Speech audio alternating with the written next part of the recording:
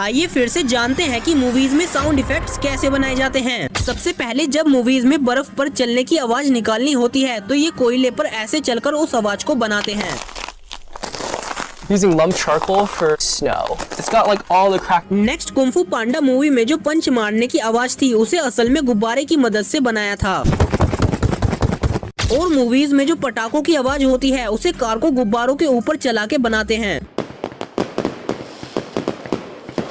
Next movies में birds के पंखों के फड़फड़ाने की आवाज को बनाने के लिए ये कपड़े को मोड़कर हिला के कुछ इस तरह से बनाते हैं।